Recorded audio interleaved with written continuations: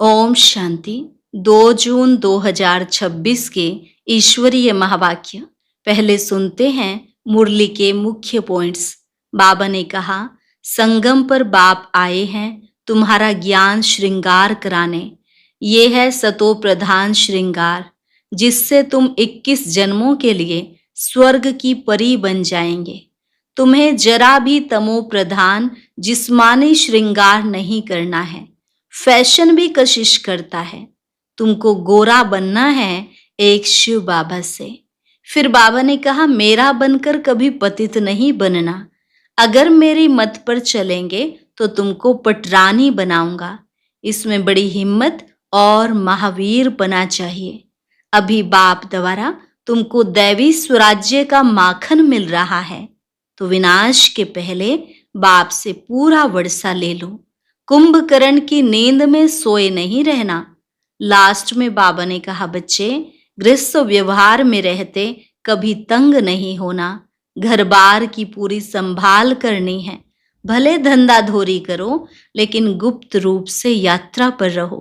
किसी भी देहधारी में मोह की रग नहीं जानी चाहिए, नहीं तो फंस पड़ेंगे। कुछ भी होता पर तुमको रोना नहीं है। आंसू आया तो समझो फेल हुए। और अब सुनते हैं महावाक्यों को विस्तार से। मुरली का सार। मीठे बच्चे, तुम हो रूहानी पंडे। तुम्हें गृहस्थ व्यवहार संभालते हुए कमल फूल समान बन याद की यात्रा करनी और करानी है। प्रश्न, बाप बच्चों का कौन सा श्रृंगार करते हैं? किस श्रृंगार के लिए मना करते हैं?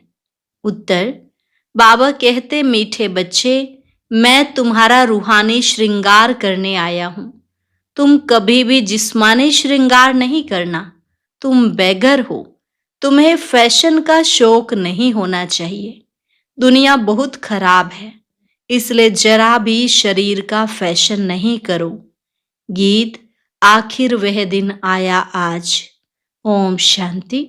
बेहद का बाप बैठ बेहद के बच्चों को समझाते हैं। बेहद माना कोई हद नहीं। कितने ढेर बच्चे हैं। इतने बेशुमार बच्चों का एक ही बाप है, जिसको रचयिता कहा जाता है। वह है हद के बाबाएं। यह है बेहद के रूहों का बाप।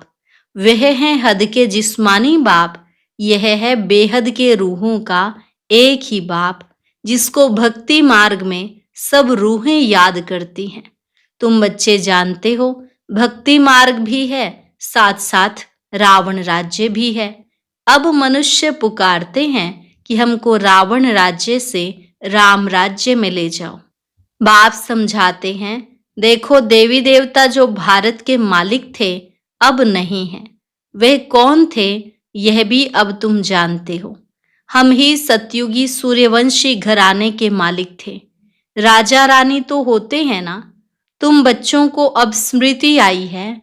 बाबा आया हुआ है हम बच्चों को राज्य भाग्य का वर्षा देने, विश्व का मालिक बनाने। बाप कहते हैं, अब सब भक्ति मार्ग में हैं।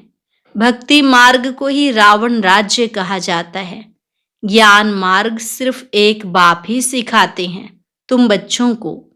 उस बेहद के बाप को भक्ति मार्ग में सब याद करते हैं। अभी तुमको 21 जन्म के लिए ज्ञान की राजधानी मिलती है। फिर आधा कल्प तुम पुकारेंगे ही नहीं। हाय राम हाय प्रभु कहने की दरकार ही नहीं रहेगी। हाय राम तब करते हैं जब दुखी होते हैं। तुमको वहां दुख होता ही नहीं।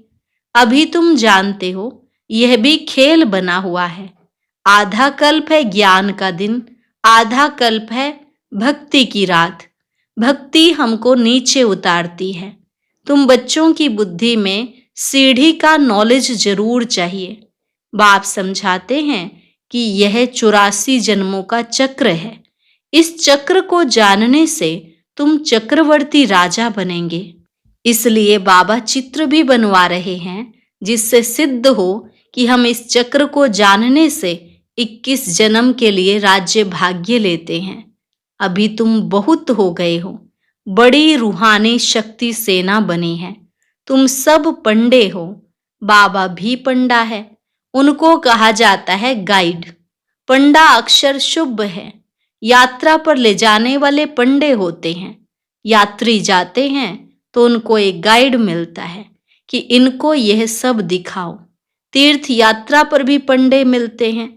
बाप कहते हैं जन्म जन्मांतर तीर्थ यात्रा करते आए हो। अमरनाथ पर जाते हैं, तीर्थों पर जाते हैं, परिक्रमा लगाते हैं।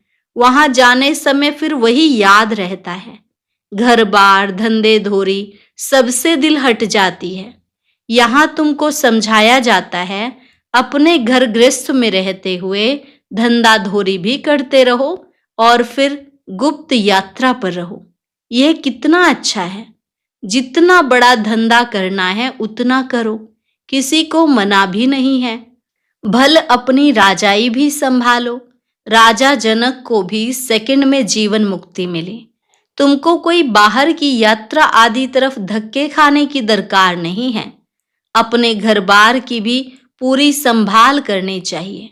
जो सेंसिबल अच्छे बच्चे हैं वह समझते हैं हमको घर गृहस्थ में रहते कमल फूल समान रहना है। गृहस्थ व्यवहार में तंग नहीं होना चाहिए।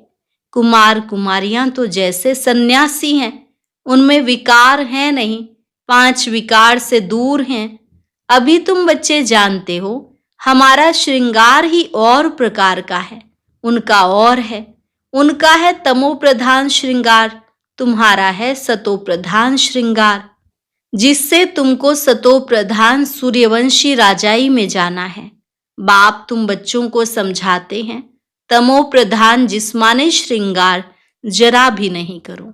दुनिया बहुत खराब है। गृहस्थ व्यवहार में रहते फैशनेबल मत बनो। फैशन कशिश करता है। इस समय खूबसूरती अच्छी नहीं है। काले हो तो अच्छा है, कोई पंजा नहीं मारेगा।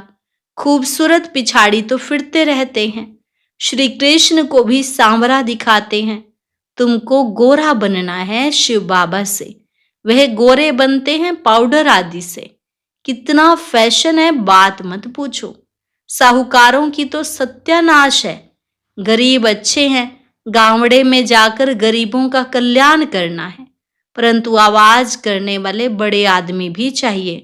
तुम सब गरीब हो ना, कोई साहूकार है क्या? तुम देखो कैसे साधारण बैठे हो। बॉम्बे में फैशन देखो तो क्या लगा पड़ा है।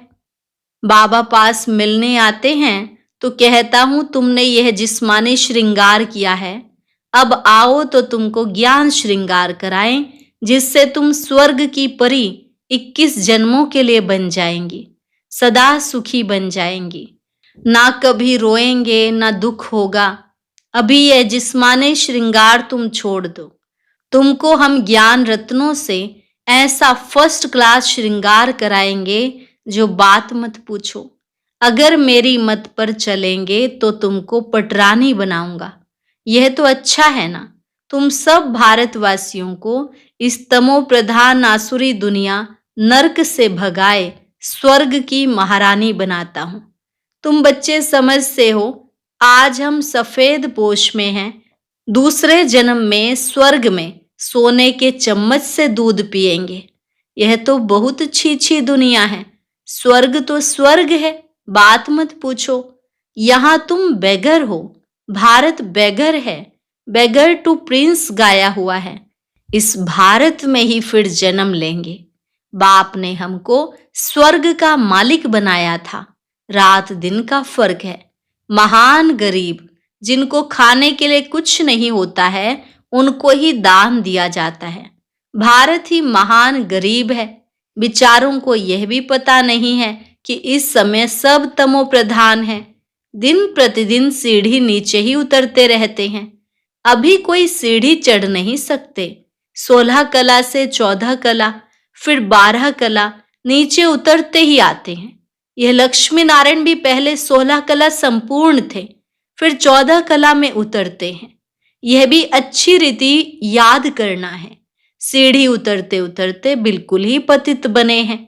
फिर स्वर्ग के मालिक कौन बनाए?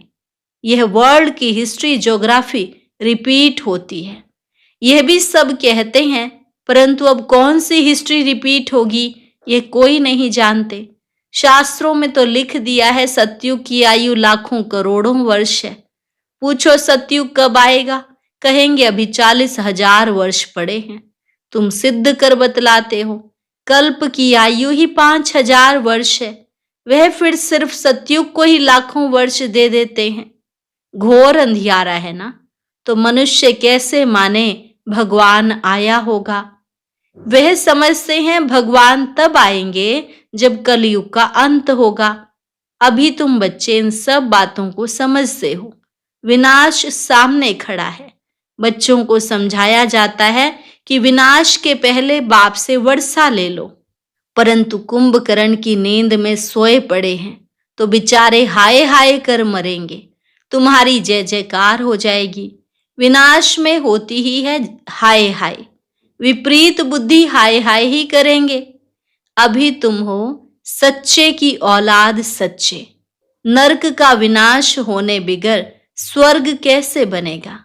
तुम कहेंगे यह तो महाभारत लड़ाई है, उनसे ही स्वर्ग के द्वार खुलने हैं। मनुष्य तो कुछ नहीं जानते हैं। तुम्हारी बुद्धि में है हमको अभी दैवी स्वराज्य का माखन मिलता है, वह आपस में लड़ते रहेंगे। हैं वह भी मनुष्य, तुम भी मनुष्य, परंतु वह है आसुरी संप्रदाय, तुम हो दैवी संप्रदाय। बाप बच्चों को सम्मुख समझाते हैं। तुम बच्चों के अंदर में खुशी रहती है। अनेक बार तुमने ऐसी राजधानी ली है जैसे अभी तुम ले रहे हो। वह आपस में दो बिल्ले लड़ते हैं, माखन तुमको मिलता है सारे विश्व की बादशाही का। तुम यहाँ आते ही हो विश्व का मालिक बनने। तुम जानते हो हम बाबा से योग लगाए कर्मातीत अवस्था को पाएंगे। वह आपस में लड़ेंगे, हम विश्व की बादशाही पा ही लेंगे। यह तो कॉमन बात है। वह बाहुबल वाले विश्व की बादशाही ले न सके। तुम योग बल से विश्व के मालिक बनते हो। तुम्हारा है ही अहिंसा परमो दैवी धर्म। दोनों हिंसाएं वहां होती नहीं। काम कटारी की हिंसा सबसे खराब है, जो तुमको आदि मध्य अंत दुख देती है। यह किसको पता नहीं रावण राज्य कब होता है। अभी पुकारते हैं आकर हमको पावन बनाओ, तो जरूर कभी पावन थे ना। भारतवासी बच्चे ही पुकारते हैं दुख से लिबरेट करो, शांति धाम ले जाओ, दुख हर कर सुख दो। श्री कृष्ण को हरि भी कहते हैं। बाबा हमको हरि के द्वार ले चलो। हरि का द्वार है कृष्णपुरी, यह है कंसपुरी। यह कंसपुरी हमको पसंद नहीं है। माया मच्छंदर का खेल दिखाते हैं। यह तो तुम जानते हो रावण का राज्य द्वापर से शुरू होता है। देवताएं जो पावन थे वह पतित होने शुरू होते हैं। इसकी भी निशानियां जगन्नाथपुरी में है। दुनिया में बड़ा गंद लगा हुआ है। अब हम तो उन सब बातों से निकल परिस्थान में जाते हैं। इसमें बड़ी हिम्मत महावीर पना चाहिए। बाबा का बनकर पतित थोड़े ही बनना है। वह समझते हैं स्त्री पुरुष इकट्ठे रहे और आग न लगे। यह हो नहीं सकता। इसलिए ही हंगामा करते हैं कि यहाँ स्त्री पुरुष को भाई बहन बनाया जाता है। ऐसा तो कहाँ लिखा हुआ नहीं है। पता नहीं यहाँ कौन सा जादू है। अरे तुम ब्रह्मा कुमारियों के पास जाएंगे और बस तुमको वहां बांध कर रखेंगी। ऐसे ऐसे वहां बहकाते रहते हैं। यह भी ड्रामा में नूंद है। जिनका पार्ट होगा वह कैसे भी आ जाएंगे। इसमें डरने की बात ही नहीं। शिव बाबा तो ज्ञान का सागर पतित पावन सर्व का सदगति दाता है। ब्रह्मा द्वारा पतित से पावन बनाते हैं। यह अक्षर ऐसे बड़े लिखे हों जो कोई भी आकर पढ़े। पवित्रता पर ही कितने विघ्न डालते हैं। बाबा कहते हैं बच्चे किसी भी देहधारी में मोह की रग नहीं जानी चाहिए। अगर कहाँ मोह की रग होगी तो फंस पड़ेंगे। यहाँ तो अम्मा मरे तो भी हलवा खाना। बाबा सामने बिठाकर पूछते हैं कल तुम्हारा कोई मर जाए तो रोएंगे तो नहीं। आंसू आया तो फेल हुए।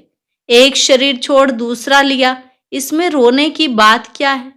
दूसरा कोई सुने तो कहे मुख से अच्छा तो बोलो। अरे अच्छा ही बोलते हैं, सतयुग में रोना होता ही नहीं।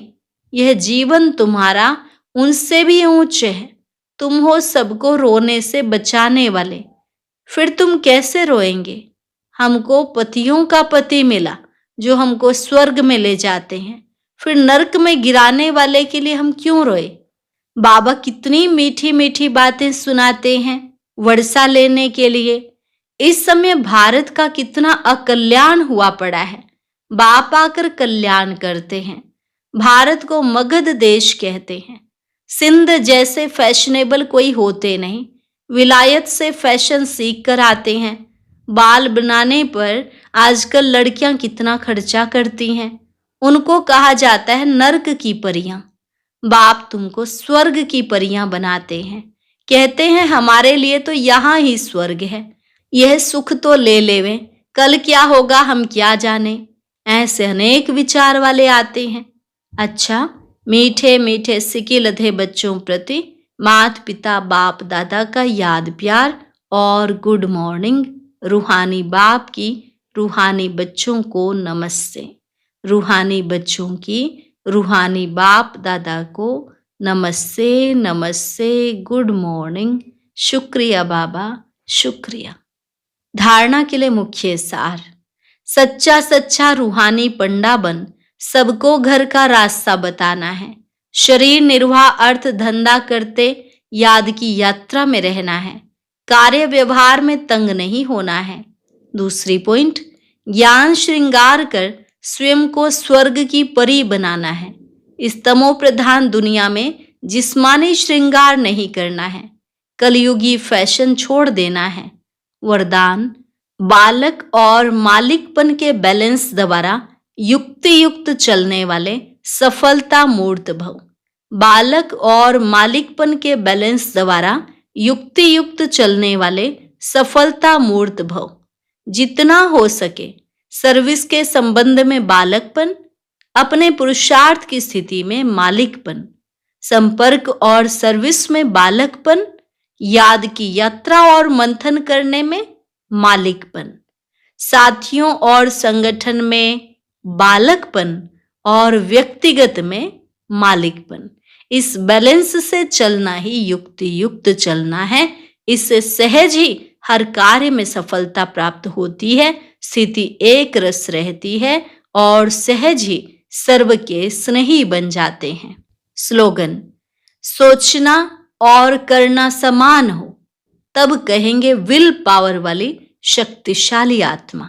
सोचना और करना समान हो तब कहेंगे विल पावर वाली शक्तिशाली आत्मा। अव्यक्त इशारे, सदा हर्षित रहने के लिए अपनी नेचर को सरल बनाओ, सहनशील बनो। हर्षित रहने का गुण पुरुषार्थ में बहुत मददगार बन सकता है, लेकिन जैसे सूरत हर्षित रहती है वैसे आत्मा भी सदैव हर्षित रहे। इस नेचुरल गुण को आत्मा में लाना है। सदा हर्षित रहेंगे तो माया की कोई आकर्षण आकर्षित नहीं करेगी, यह बाप की गारंटी है। लेकिन सदा हर्षित रहने के लिए अपनी रूहानी शान में रहना और सहनशील बन साक्षी दृष्टा हो माया के खेल को देखना। अच्छा, आज का अव्यक्त ज्ञान मोती सुनने के लिए ऊपर दिए गए बॉक्स पर क्लिक करें। अगर बॉक्स दिखाई नहीं दे रहा है तो ऊपर जो कॉर्नर में शो लिखा हुआ है उस पर क्लिक करें।